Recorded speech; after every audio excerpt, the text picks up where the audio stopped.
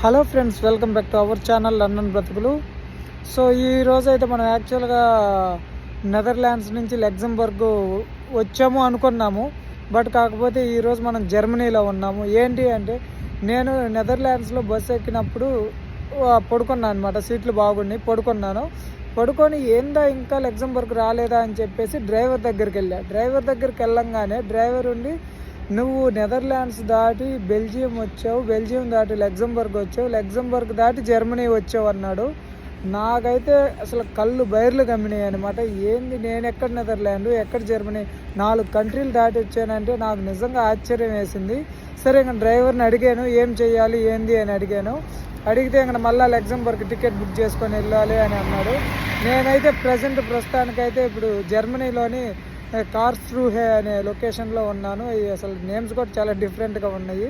సరే చూద్దాం, ఇంక చేసేది ఏం లేదు. మనమైతే ఇప్పుడు లగ్జంబర్గ్ పోవాలి.